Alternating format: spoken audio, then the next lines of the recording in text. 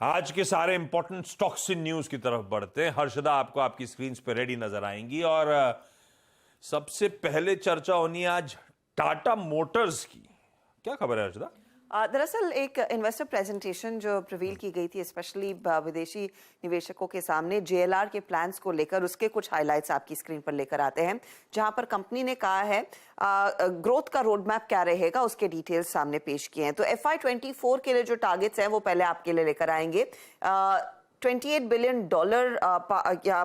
Billion pounds का दरअसल revenue target ये कर रहे हैं। साथ ही साथ कंपनी का मानना है कि इस पर्टिकुलर टारगेट में जो मार्जिन रहेगा वो रफली 6% के आसपास आता हुआ दिखाई देगा। इस समय जो रन रेट है वो आपके सामने है, करीब करीब 70,000 पाउंड प्रति यूनिट पर कंपनी एवरेज रेवेन्यू कमा रही है। यह आंकड़ा FY26 तक 30 बिलियन पाउंड जाने का अनुमान है और FY26 में 10% तक का मार्जिन। तो FY24 यानी कि करंट वित्त वर्ष में 6% के एबिट मार्जिन की कंपनी बात कर रही है, जो 26 तक करीब 10% के मार्जिन पर आएगा और ये इनफैक्ट बिजनेस को ड्राइव करते हुए दिखाई देंगे।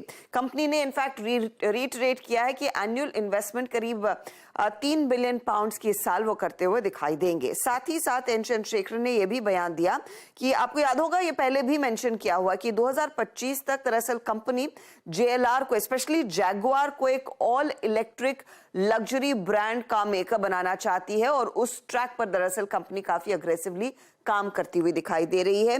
कई सारी नई गाड़ियां फिर उस पर्सपेक्टिव से 2025 तक लॉन्च होती हुई भी दिखाई देंगी। तो ये इनफैक्ट टाटा मोटर्स की तरफ से कुछ अपडेट्स निकल कर आए हैं। टाटा मोटर्स रखिए रडार पे, वैसे सबके रडार पे है, बहुत अच्छे मूव्स एंजॉय करे। उसके बाद ऐसा नहीं कि ठंडा पड़ गया स्टॉक, कंसोलिडेट करता हुआ आपको नजर आएगा। पालविया साहब, आप चार्ट रेडी रखिएगा, मैं आता हूं आपके पास। उससे पहले शर्मिला के पास जा रहा हूं। शर्मिला 550 पे आके खड़ा हुआ है। मेरे ख्याल से जितनी भी ब्रोकरेजेस के एग्रेसिव टारगेट्स भी थे वो 600, 625 तक के जोन्स के आसपास के थे। जूस बचा है? फंडामेंटली खरीदना चाहोगे टाटा मोटर्स इन लेवल्स पे?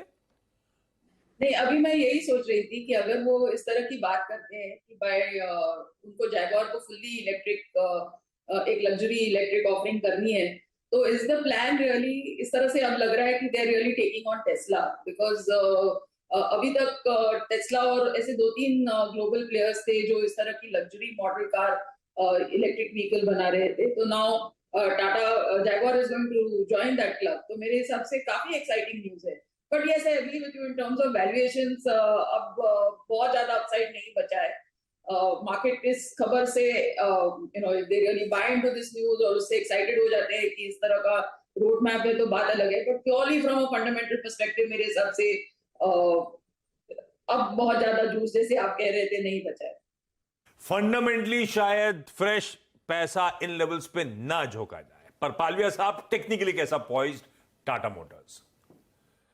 तो आशीष जी, टेक्निकली तो टाटा मोटर एक स्ट्रेंथ दिखा रहा है। Series of higher top higher bottom formation यहाँ पे देखने को मिले। डेली वीकली सेटअप पे स्टॉक में देखे तो एक काफी बड़ी टाइम फ्रेम पे एक ब्रेकआउट यहाँ पे मंथली चार्ट पे भी होते हुए दिखा है। तो लॉन्ग टर्म सेटअप तो यहाँ पे बुलिश है। हमें लगता है अगर छोटा मोटा कोई डिप भी मिलता है तो यहाँ पे अभी अपॉर्चुनिटी है, बिकॉज टेक्निकल स्ट्रक्चर यहाँ पे बुलिश रहेंगे जब तक ये स्टॉक 540 के ऊपर सस्टेन रहेगा। तो अगर कोई डिप मिलती है 540 स्टॉप लॉस होंगे। अपसाइड में अगर ये स्टॉक वापस 580 के लेवल को क्रॉस करता है तो इसका अपसाइड यहाँ पे फर्दर एक्सटेंड होते हुए दिख सकता है। हो सकता है 600, 615 की तरफ भी बढ़ते हुए दिखे। तो टेक्निकली स्टॉक अभी भी पॉजिटिव टेरिटरी में। 540 स्टॉप लॉस रखने चाहिए जिनके पास भी लॉन्ग साइड के ट्रेड है। रखना है, तेजी का मन बनाइए। स्टॉप लॉसेस हाईलाइट कर दिए पालविया साहब ने, ध्यान रखिएगा। सतविंद्र साहब, मैं आगे आऊंगा। बता दें कि मनी कंट्रोल पर दिए गए विचार एक्सपर्ट्स के अपने निजी विचार होते हैं। वेबसाइट या मैनेजमेंट इसके लिए उत्तरदायी नहीं है।